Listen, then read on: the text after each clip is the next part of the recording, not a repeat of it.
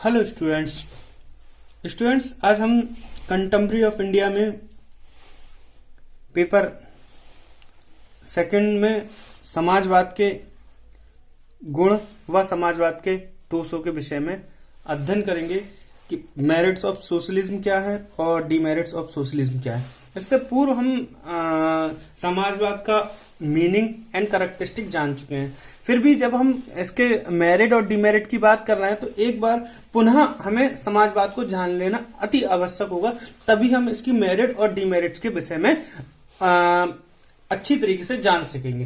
Clear student? तो सबसे पहले हम समाजवाद का अर्थ जानते हैं। जैसे कि आप जानते हैं स्टूडेंट्स के जो समाजवाद है वो कहीं ना कहीं मार्क्सवाद से प्रेरित है।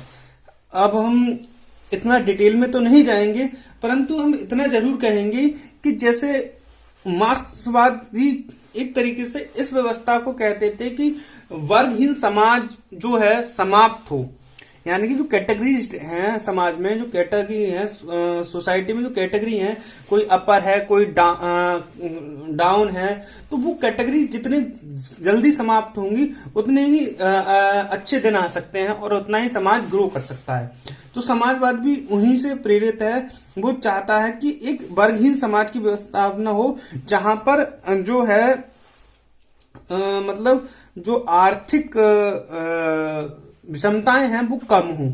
तो समाजवाद भी जैसे मार्क्सवाद कहता था उसी हिसाब से वैसा बढ़ाया गया, परंतु इनमें थोड़ा अंतर है, वो हम देखेंगे किस तरीके से। हमें जो समाजवाद पढ़ना है वो लेटेन मतलब कहा जाए तो संविधान के अकॉर्डिंग पढ़ना है, क्योंकि हम जो पढ़ रहे हैं contemporary of India and education में वो हम संविधान के अंतर्गत समाजवाद को पढ़ रहे हैं। तो हम देख लेते हैं इसका शाब्दिक अर्थ क्या है। सोशलिज्म जो लैटिन भाषा से बना है, जो सोशियस शब्द से बना है, जिसका अर्थ होता है समाज।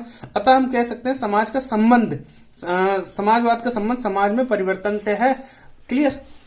अब हम कहें कि जो समाजवाद है वो पूरी तरीके से पूंजीवाद का विपरीत है और 1835 में रॉबर्ट ओवन ने इस शब्द का अपनी पुस्तक में सर्वप्रथम प्रयोग किया था। क्लियर?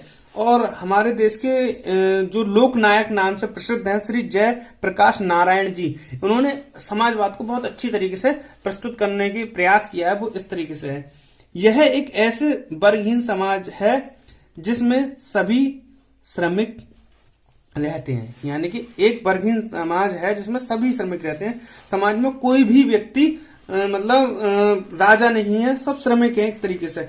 यह एक ऐसा समाज है जिसमें निजी संपत्तियों के उद्देश्य में मानवीय श्रम का शोषण नहीं किया जाता। मतलब कि कोई निजी संपत्ति के उद्देश्य में कोई मतलब निजी संपत्ति के आधार पर हम किसी मानव का शोषण नहीं कर सकते, जिसमें समस्त संपत्तियां वास्तव में राष्ट्रीय संपत्ति होती हैं। कोई किसी की जो संपत्ति पर्सनल संपत्ति भी है वो उसकी नहीं मानी जाएगी, वो बल्कि राष्ट्र की होगी, जिसमें ना तो अनुपार्जित आय और ना ही आय की अधिक असमानताएं, मतलब असमानताएं कम हैं होती हैं। ये सबसे इंपोर्टेंट लाइन लगती है मुझे जयप्रकाश नारायण की, जिसमें मानवीय जीवन एवं उन्नति नियोजित होती है, यानी कि मानवीय जीवन परी है और उसकी उन्नति नियोजित है, प्लानिंग सहित है, जिसमें सब लोग अन्य सब लोगों के लिए जीवित रहते हैं। क्लियर? ये समाजवाद है। अब हम इसे और शॉर्ट वे में कहें तो समाजवाद को हम एक लाइन में खत्म करने की व्यवस्था कहें तो श्रमिकों की ऐसी व्यवस्था जो पूंजीवादी संपत्ति को सामाजिक संपत्ति में परिवर्तन करने के उद्देश्य से राज्य में लागू हो, यानी कि जो पूंजीवादी संपत्तियां हैं उन्हें सामाजिक संपत्ति बना दिया जाए, तो वो क्या हो जाएगा? समाजवाद कहलाएगा। अब बात करते हैं इसकी मेरिट और डीमेरिट्स की। तो सबसे पहले हम बात करते हैं इसकी मेरिट्स की, यानी कि समाजवाद के गुण। तो समाजवाद का जो गुण है तो वो क्या है? सबसे पहला जो गुण है वो होगा हमारा नंबर 1, धन का अधिक समान वितरण। जैसे कि आप लोग जानते हैं कि जो समाज है उसमें जो वर्ग बनते हैं, कैटेगरी बनती है, वो धन के असमान वितरण से होती है। भाई किसी को ज्यादा प्रॉफिट हो रहा है, किसी को ज्यादा मिल रहा है, तो उससे क्या होगा मतलब समाज में कैटेगरीज बड़ी होती चली जाएंगी। तो समाजवाद कहता है धन का जो वितरण हो अधिक समान हो, यानी कि मतलब विषमताएं तो हो मगर इतनी नहीं हो कि कोई राजा रंग कोई व्यक्ति रंक रह जाए, कोई कोई मतलब राजा बन जाए, कोई बिल्कुल तेली हो जाए, मतलब बिल्कुल गरीब हो जाए। तो एक तरीके से मतलब जो धन है, संसाधन है, उन पर सभी का हक हो, चाहे वो गरीब हो चाहे मोर स्टेबल डिस्ट्रीब्यूशन।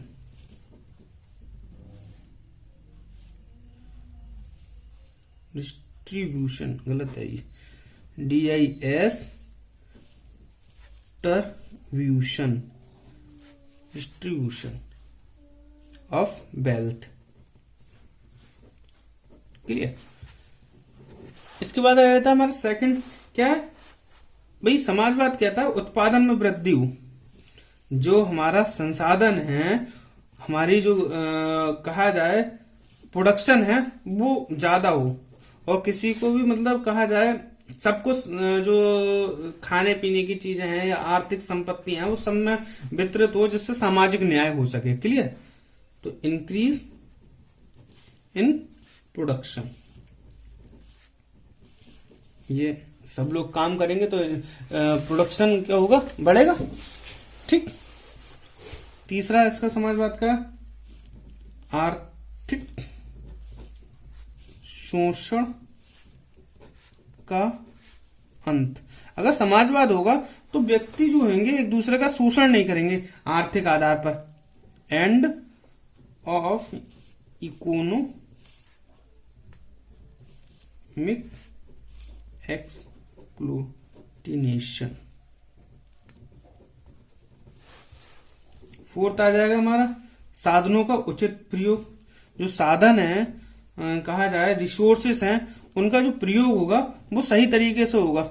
जैसे मैं उदाहरण के सहित बताऊंगा कि मान लीजिए जो संसाधन है वो सीमित होते हैं भाई, और हमारे देश में जितने भी लोग हैं जिनके पास मान लो पूंजीवादी व्यवस्था है, तो जो अमीर लोग होंगे वो संसाधन पर ज्यादा हक रखेंगे।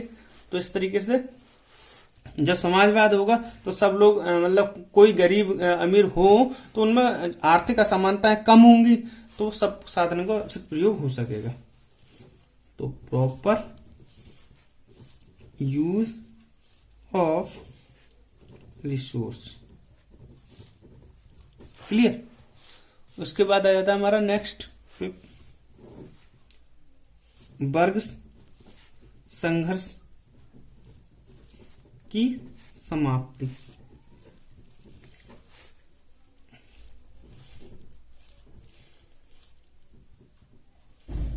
Evolution of class struggle. कहने का मतलब है समाजवाद में वर्ग भेद नहीं किया जा सकता, प्रत्येक व्यक्ति को वास्तविक गुणों से सम्मानित किया जाता है, चाहे वह किसी भी जाति का हो या वो किसी भी धर्म का हो। तो अगर सबको सम्मान मिल रहा है, किसी को जाति या धर्म के आधार पर भेदभाव नहीं हो रहा है या आर्थिक आधार पर भेदभाव नहीं हो रहा है, तो वर्ग की जो संघर्ष होंगे मतलब लड़ाइयां होंगी वो ऑटोमेटिक कम हो जाएंगी। ये 6 आ जाता है सामाजिक कल्याण। भाई जब हम समाजवाद में रहेंगे तो सबकी उन्नति होगी, तो समाज में भी सामाजिक कल्याण में भी वृद्धि होगी। क्लियर। तो increase in social welfare. Clear. Number 7 की बात करें तो इसमें आ जाएगी हमारा सामाजिक बुराइयों का भी निवारण होगा। क्या हो जाएगा, सामाजिक बुराइयों का निवारण। भाई समाज में जब असमानताएं होंगी तब समाज में बुराइयां होंगी। मान लो जो गरीब होगा तो वो मतलब गलत काम करेगा, चोरी डकैती करेगा, मगर अब जब समाज में सबको समान चीजें मिलने चालू हो जाएंगी तो क्या होगा, बुराइयां ऑटोमेटिक खत्म हो जाएंगी। Social evils expel evolution of social evils. Clear. 8 और कर लेते हैं। इसमें हो जाएगा हमारा अपव्यय की समाप्ति। अपव्यय की समाप्ति। भाई अपव्यय की समाप्ति से मतलब क्या है? Evolution of wastage.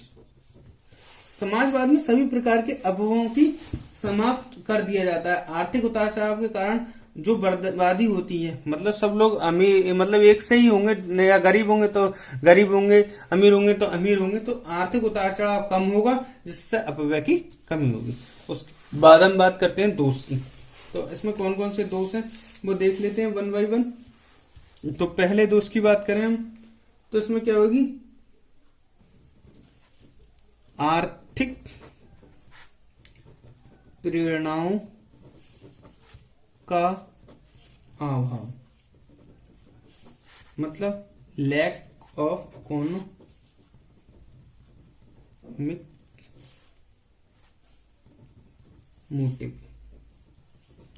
मोटिव्स। मतलब समाजवादी अर्थव्यवस्था में मुख्य समस्या यह है कि व्यक्ति को कार्य करने की प्रेरणा किस प्रकार दी जाए।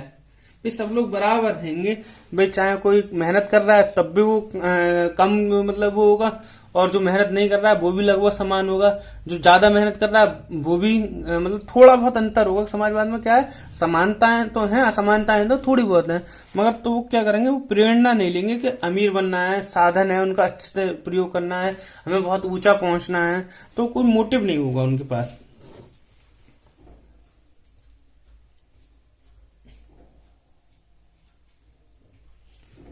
उपभोक्ता की संप्रभुता का अंत, एंड ऑफ कंज्यूमर्स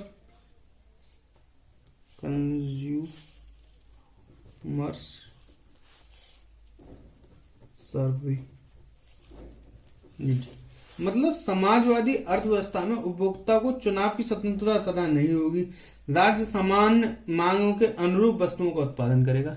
मतलब अब जो गरीब होगा वो भी दाल रोटी खाएगा, अमीर होगा वो भी दाल रोटी खाएगा। मतलब इस तरीके से उपभोक्ता एक सही रहेगा। उसके पास ज्यादा पैसे नहीं है, या पैसे हैं तो सबके पास है।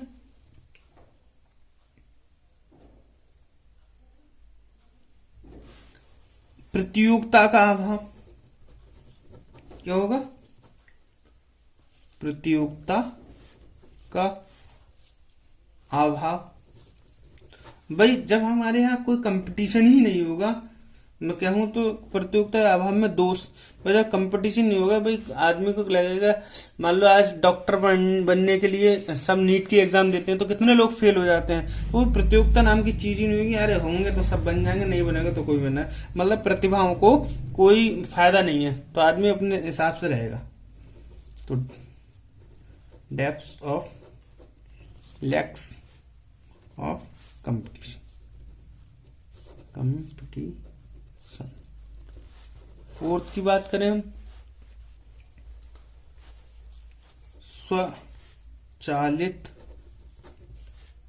आर्थिक तंत्र का अभाव। मतलब क्या है भाई, जब हम एक तरीके से मान लीजिए हम सब लोग को समान सब कुछ मिल रहा है, तो इसकी कोई जिम्मेदारी नहीं लेगा। आज के टाइम में हम देखते हैं जैसे अंबानी है या अडानी है, ये लोग क्या हैं, पैसे हैं इनके पास, ये ऑटोमेटिक इकोनॉमी को ग्रो कराते हैं। ये कमा रहा है तो हमारे देश भी तरक्की कर रहा है। तो इस तरीके से है कि जो आर्थिक तंत्र है, इकोनॉमिक व्हीकल है, ऐसा सिस्टम है, वो सही ऑटोमेटिक नहीं चल पाएगा अगर सरकार के हाथ में हो या उसके हाथ में हो जाए। 5 की बात करें, मंद निर्णय। भाई समाजवाद में सब लोगों की सुननी पड़ती है, तो जो निर्णय होंगे, डिसीजंस होंगे, वो स्लो हो जाएंगे। डिसीजन मेकिंग क्या हो जाएगी? Slow decision making.